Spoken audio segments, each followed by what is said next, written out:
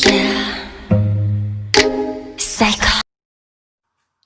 Nah, untuk pembahasan kasus, angka kejadian sifilis di Indonesia berdasarkan laporan survei terpadu dan biologis perilaku atau STBP pada tahun 2011, Kementerian Kesehatan Republik Indonesia telah menginformasikan bahwa terjadi peningkatan angka kejadian sifilis di tahun 2011 dibandingkan 2007. Di Provinsi Lampung, khususnya di Kota Bandar Lampung, jumlah kasus infeksi menular seksual termasuk sifilis tahun 2012 sebesar 3.153 kasus, dengan penderita wanita sebanyak 2.942 kasus dan pria sebanyak 419 kasus, sehingga dapat disimpulkan bahwa wanita lebih banyak terinfeksi dibanding pria pada saat itu. Dan ini merupakan jumlah kasus terbanyak dibanding kota-kota lain di Provinsi Lampung. Diagnosis secara tidak langsung berdasarkan uji serologi untuk mendeteksi antibodi. Uji serologi dapat dibagi dalam dua kategori, yaitu uji non-treponemal dengan VDRL untuk screening dan uji treponemal dengan TPHA untuk konfirmasi. Nah, apa itu sifilis? Sifilis adalah penyakit menular seksual yang ditandai dengan adanya lesi primer, kemudian diikuti dengan erupsi sekunder pada area kulit, selaput lendir, dan juga organ tubuh yang lainnya. Penyakit sifilis disebabkan oleh Treponema pallidum yang merupakan salah satu bakteri Spirochaeta. Selanjutnya, ada morfologi. Yang pertama, bakteri ini termasuk bakteri gram negatif. Yang kedua, berbentuk spiral yang ramping. Yang ketiga, lebar kira-kira 0,2 mikrometer dan panjang 5-15 mikrometer. Yang keempat, lengkung spiralnya atau gelombang secara teratur terpisah satu dengan lainnya dengan jarak 1 mikrometer. Yang kelima, aktif bergerak. Dan yang terakhir, rata-rata setiap kuman terdiri dari 8-14 gelombang. Untuk patogenesisnya, penularan bakteri Treponema pallidum biasanya melalui hubungan seksual atau membran mukosa, vagina, dan uretra, kontak langsung dengan lesi atau luka yang terinfeksi, dan dapat juga terjadi pada ibu yang menderita sifilis ke janinnya melalui plasenta pada stadium akhir kehamilan.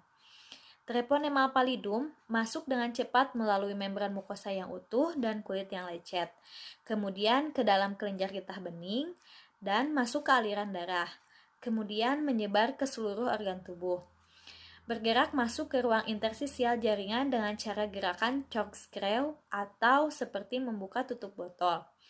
Beberapa jam setelah terpapar, terjadi infeksi sistemik, meskipun gejala klinis dan serologi belum kelihatan pada saat itu.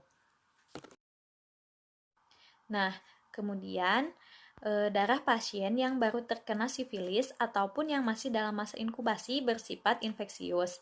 Waktu berkembang biak Treponema pallidum selama masa aktif penyakit secara in vivo 30-33 jam.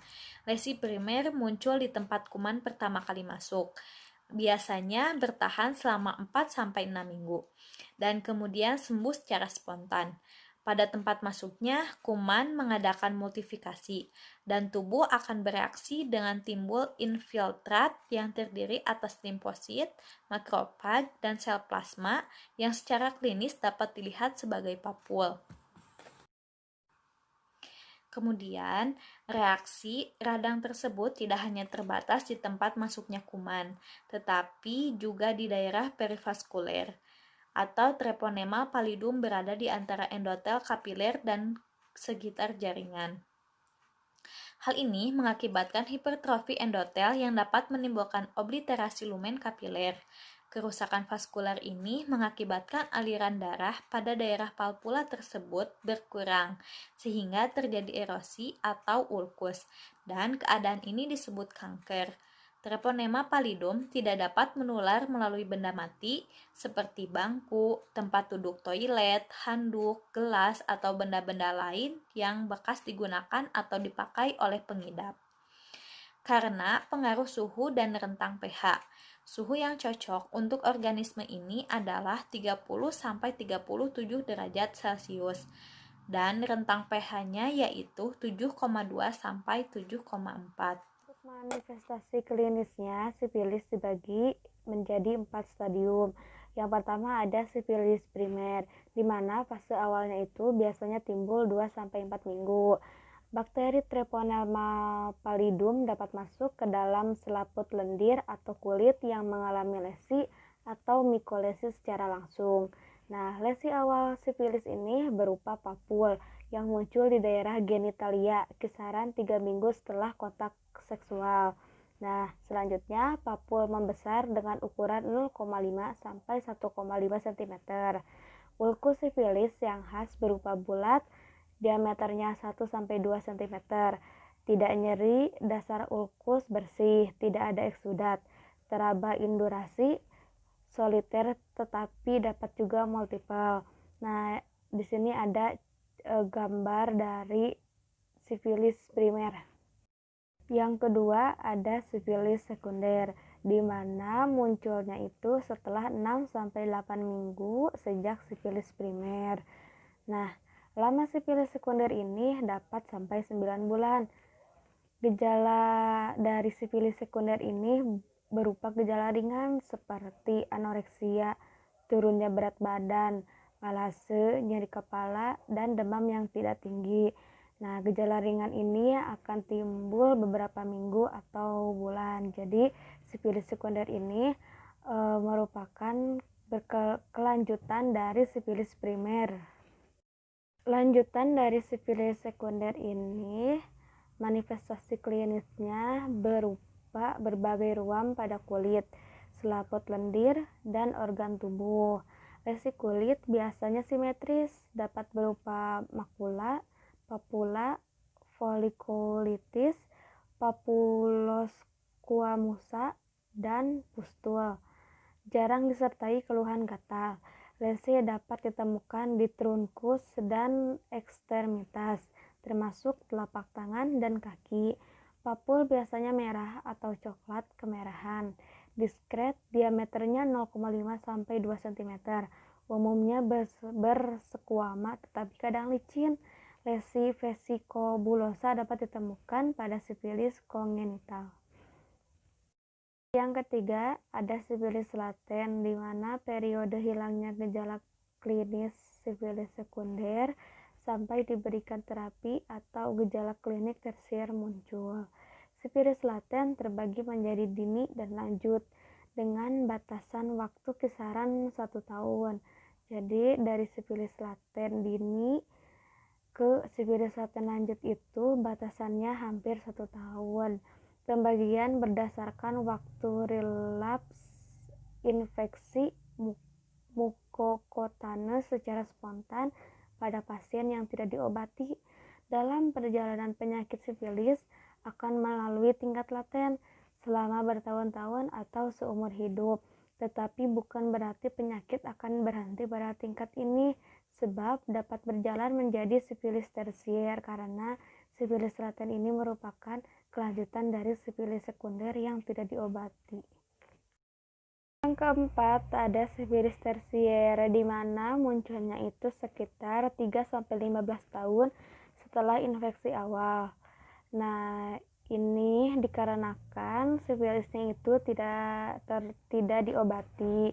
Nah, sifilis tersier dibagi dalam 3 bentuk. Yang pertama ada sifilis gummatous atau sifilis benigna lanjut. Yang kedua ada neurosifilis. Yang ketiga ada sifilis kardiovaskular. Nah, sifilis gummatous atau sifilis benigna lanjut ini biasanya muncul 1-46 tahun setelah infeksi awal dengan rata 15 tahun. Karakteristiknya yaitu adanya gumma kronik lembut seperti tumor yang inflamasi dengan ukuran yang berbeda-beda. Gumma ini biasanya mengenai kulit, tulang, hati, tetapi dapat juga muncul di bagian lain. Nah, jadi bakterinya ini bisa menyebar ke organ-organ lain karena bakterinya itu sudah terlalu banyak karena tidak terobati. Selanjutnya ada neurosifilis. merupakan infeksi yang melibatkan sistem saraf sentral, dapat muncul lebih awal, asimptomatik atau dalam bentuk sifilis meningitis karena neurosifilis ini menyerangnya ke bagian otak. Nah, neurosifilis biasanya terjadi sekitar 10-20 tahun setelah seseorang pertama terinfeksi sifilis yang tidak diobati selama bertahun-tahun. Nah, kebanyakan kasusnya penderita sifilis yang sudah parah ini menyerangnya ke neurosifilis. Nah, untuk sifilis kardiovaskular disebabkan terutama karena nekrosis aorta yang berkelanjutan ke katup. Tanda-tandanya adalah insufisiensi aorta atau aneurisma berbentuk kantong pada aorta torakal. Bila komplikasi ini telah lanjut, akan sangat mudah dikenal. Jadi untuk sifilis tersier ini disebabkan karena sifilis sekunder atau sifilis laten yang tidak terobati sehingga sifilisnya itu menjadi parah. Untuk pengobatannya, yang pertama dapat memberikan antibiotik seperti penisilin. Namun bagi penderita yang tidak tahan dengan penisilin dapat diganti dengan tetrasiklin atau eritromisin yang harus dimakan 15 hari. Nah, untuk penderita sifilis sekunder dan sifilis primer, pemberian antibiotik ini kebanyakan kasusnya itu sembuh dari sifilis. Nah, namun untuk sifilis laten dan sifilis tersier ini jika diberikan antibiotik itu mungkin tidak mempan, jadi hanya beberapa persen yang sembuhnya karena sifilisnya itu sudah parah dan banyak komplikasinya. Pemeriksaan sifilis secara serologis. Pemeriksaan serologis ini berguna untuk mendeteksi terhadap treponema pallidum. Ada dua jenis pemeriksaan serologi pada treponema pallidum, yaitu non-treponemal dan treponemal. Uji non-treponemal ini biasanya digunakan untuk screening karena biayanya murah dan juga mudah untuk dilakukan. Sedangkan uji treponemal digunakan untuk konfirmasi diagnosis. Uji serologi non-treponemal ini merupakan uji yang paling dianjurkan untuk memonitor perjalanan penyakit selama pengobatan dan setelah pengobatan karena pemeriksaannya mudah dan cepat. Pada tes ini juga digunakan antigen yang tidak spesifik, yaitu kardiolipin yang dikombinasikan dengan lecitin dan kolesterol. Karena itu, tes ini dapat memberi reaksi biologis. Antibodi kardiolipin dapat dideteksi pada serum pasien dengan sifilis aktif dan di beberapa kondisi lain. Uji non-treponemal yang sering digunakan adalah VDRL atau Venereal Disease Research Laboratories. Pemeriksaan VDRL. Pemeriksaan ini dilakukan untuk mendeteksi adanya antibodi non-treponemal dan mengukur antibodi IgM dan juga IgG terhadap materi lipoidal yang rusak. Sama halnya seperti lipoprotein dan mungkin kardiolipin berasal dari troponema. Tujuannya untuk mendeteksi adanya antibodi non-treponemal pada serum atau cairan cerebrospinal pada penderita. Prinsipnya, antigen VDRL yang berisi reagen, kardiolipin, dan lectin ditambah dengan antibodi yang diduga mengandung treponema pallidum membentuk flokulasi. Yang digunakan yaitu flokulasi. Komponen reagennya yang dibutuhkan ada antigen VDRL, kardiolipin 0,9%, kolesterol, lectin murni secukupnya 0,21, kontrol negatif dan kontrol positif. Alat dan bahan: tabung reaksi, sentrifugasi, rak tabung, mikropipet, tip pipet, rapid test, ringle slide, rotator, mikroskop. Spesimennya ada serum atau cairan cerebrospinal, larutan salin, dan antigen VDRL.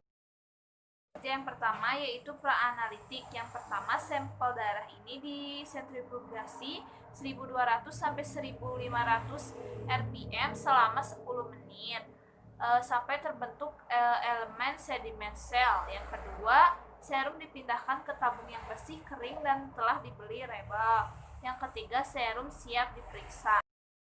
Secara kualitatif, suspensi antigen VRDL dan serta reagen-reagennya ini harus disimpan pada suhu 23 sampai 29 derajat Celcius. Kemudian diambil serum sebanyak 50 mikroliter dengan pipet, kemudian diletakkan di tinggal slide. Suspensi antigen VRDL ini secara perlahan-lahan disuspensikan kembali, kemudian diteteskan 17 mikroliter ke masing-masing ringel slide yang berisi serum. Kemudian ringel slide ini diletakkan di atas rotator dan diputar selama kurang lebih 4 menit. Setelah itu harus segera diangkat dari rotator dan dibaca hasilnya. Slide yang dibaca secara mikroskopis dengan pembesaran 100 kali. Kontrol positif dan negatif harus selalu disertakan setiap uji tanpa perlu diencerkan. Semi kuantitatif. Serum sampel diencerkan 1:8 sebanyak 3 serum. Spesimen di atas slide larutan salin 50 mikroliter diletakkan pada lingkaran kedua sampai keempat. Jangan diaduk. Kemudian serum diambil sebanyak 50 mikroliter menggunakan pipet. Kemudian diletakkan di atas lingkaran 1 dan 50 mikroliter serum di lingkaran kedua. Larutan salin dan serum di lingkaran 2 dihomogenkan, kemudian di mikropipet sebanyak 8 kali. Ambil 50 mikroliter dari lingkaran 2 1:2, diletakkan ke lingkaran 3, kemudian dihomogenkan.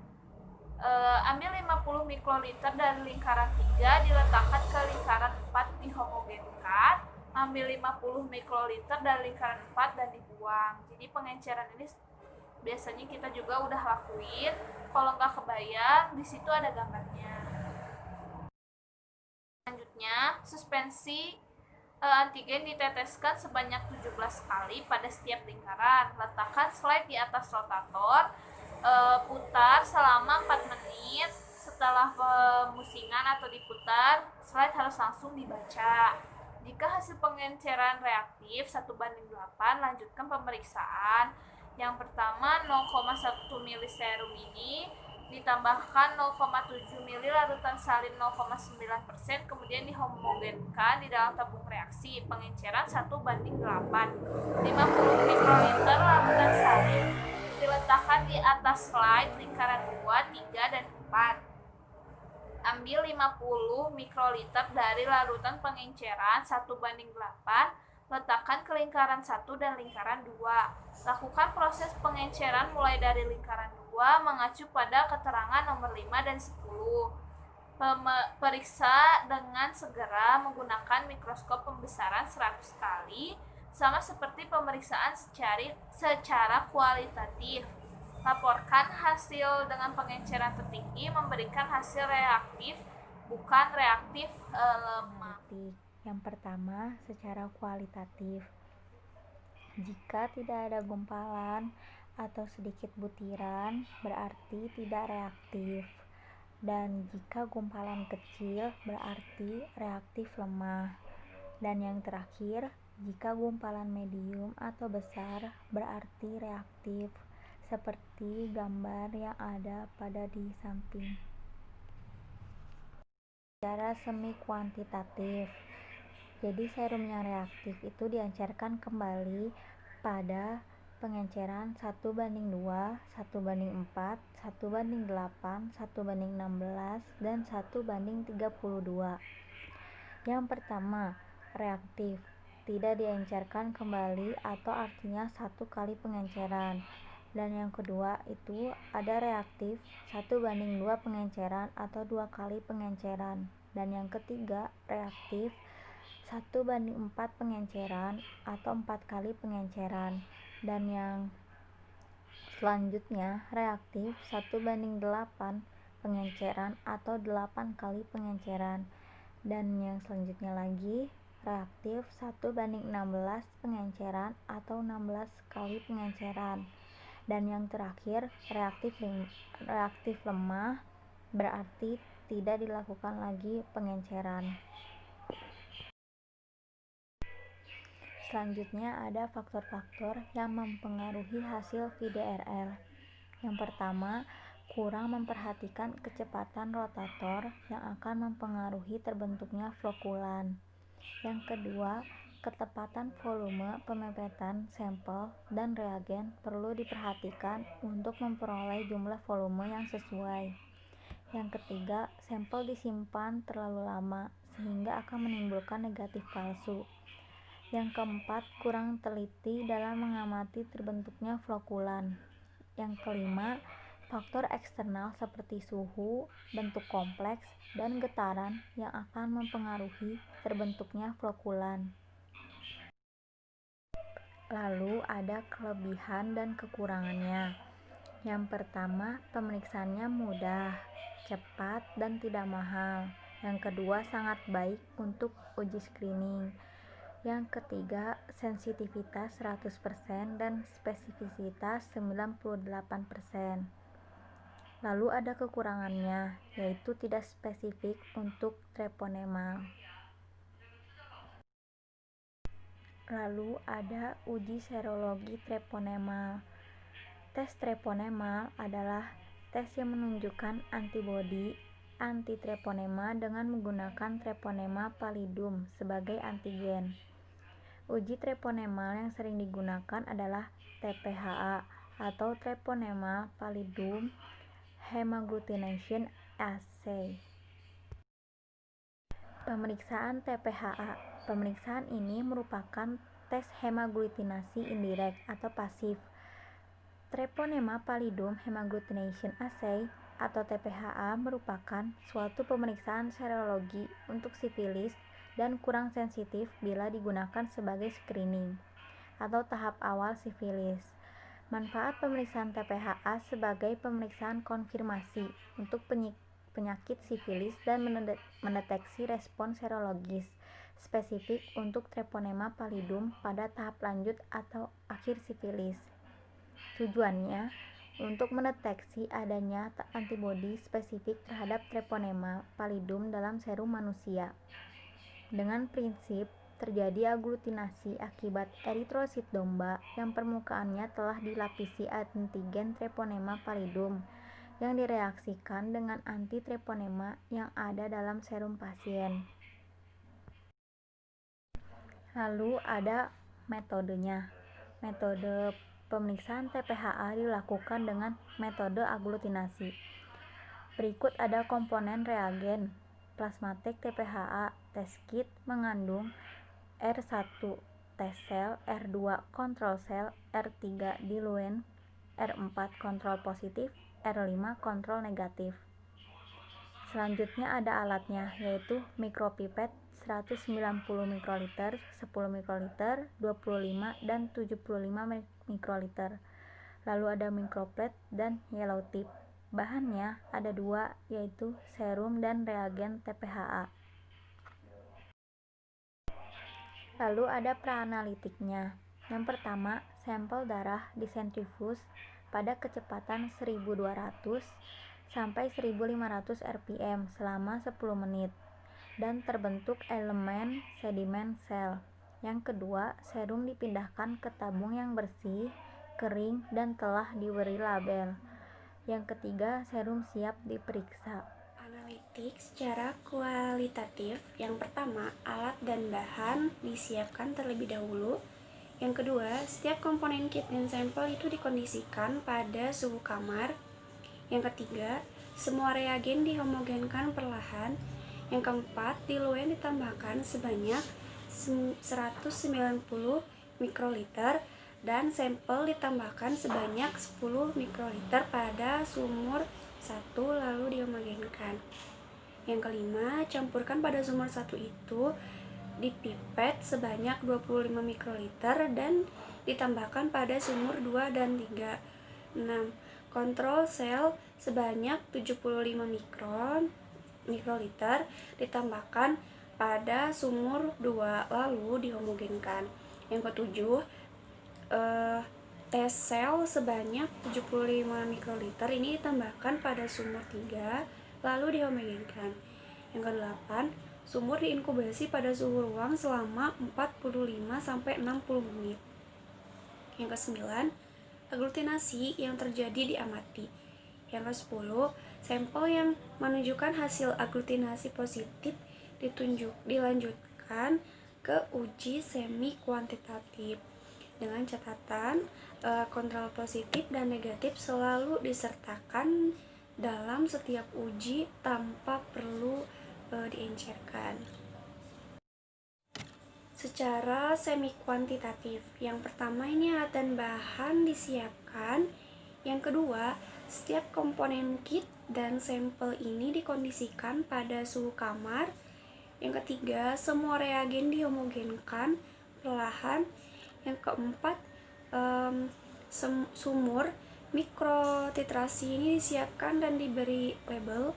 Yang kelima, pengenceran sampel dibuat pada sumur yang berbeda dengan sumur mikrotitrasi dengan mencampur 190 mikroliter diluent dan 10 mikroliter sampel.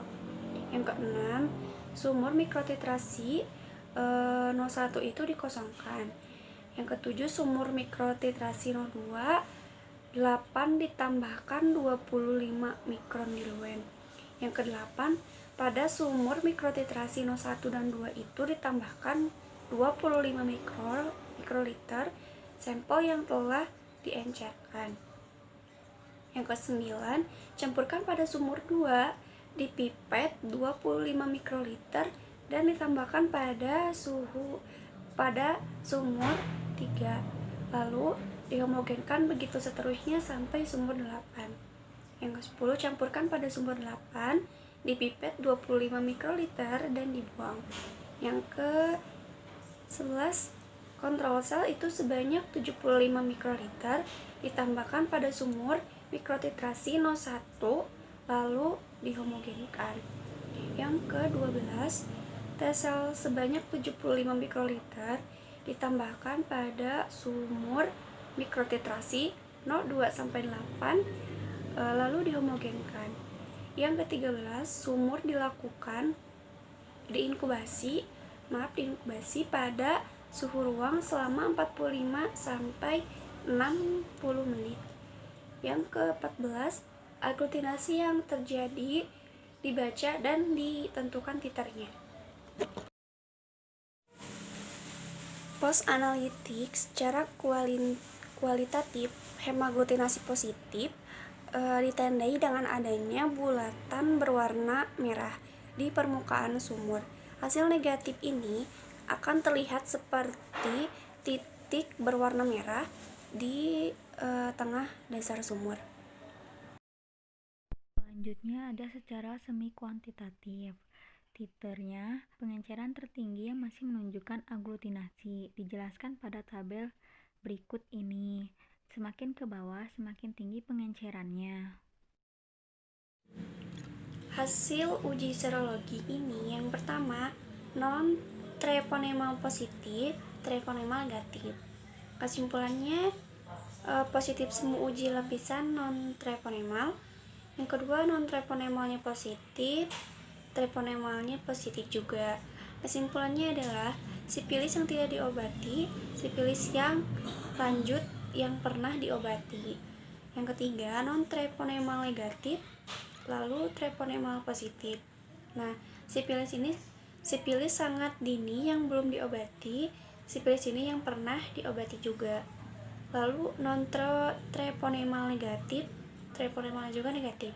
Nah, ini bukan sipilis sangat lanjut, sifilis infeksi HIV dan imunosupresi. Faktor-faktor yang mempengaruhi hasil TPHA yang pertama ini, jangan menggunakan serum hemolisis karena dapat mempengaruhi hasil pemeriksaannya. Yang kedua, waktu pembacaan yang kurang dari 1 jam ini dapat memberikan hasil positif palsu di mana hemaglutinasi belum terbentuk sempurna. Tiga, serum atau plasma harus bebas dari sel darah dan kontaminasi mikrobiologi. Yang keempat, jika terdapat penundaan pemeriksaan, serum disimpan pada suhu 80 derajat Celcius di mana dapat bertahan selama 7 hari. Dan bila disimpan pada suhu minus 200 derajat Celcius, serum dapat bertahan lebih lama. 5. Serum atau plasma yang baku sebelum dilakukan pemeriksaan harus dicairkan dan dihomogenkan dengan baik sebelum pemeriksaan. 6. Reagen harus disimpan pada suhu 2-80 derajat Celcius jika tidak digunakan, dan jangan disimpan di freezer. Yang ketujuh, uji TPH ini menunjukkan hasil reaktif setelah 1-4 minggu setelah terbentuknya kankri. Nah, yang kedelapan, dalam melakukan pemeriksaan ini harus menyertakan kontrol positif dan kontrol negatifnya. Adapun kelebihan dan kekurangannya. Kelebihannya itu yang pertama, ada teknik dan pembacaan hasilnya itu mudah dan dipakai sebagai konfirmasi diagnosis. Yang kedua, dia mempunyai spesifitas terhadap treponema dan dapat dilakukan cara otomatisasi, reprodusibilitas yang baik dan sensitivitasnya terhadap antibodi anti-treponema IgM spesifik. Yang ketiga, bakteri lain selain dari famili treponema tidak dapat memberikan hasil positif.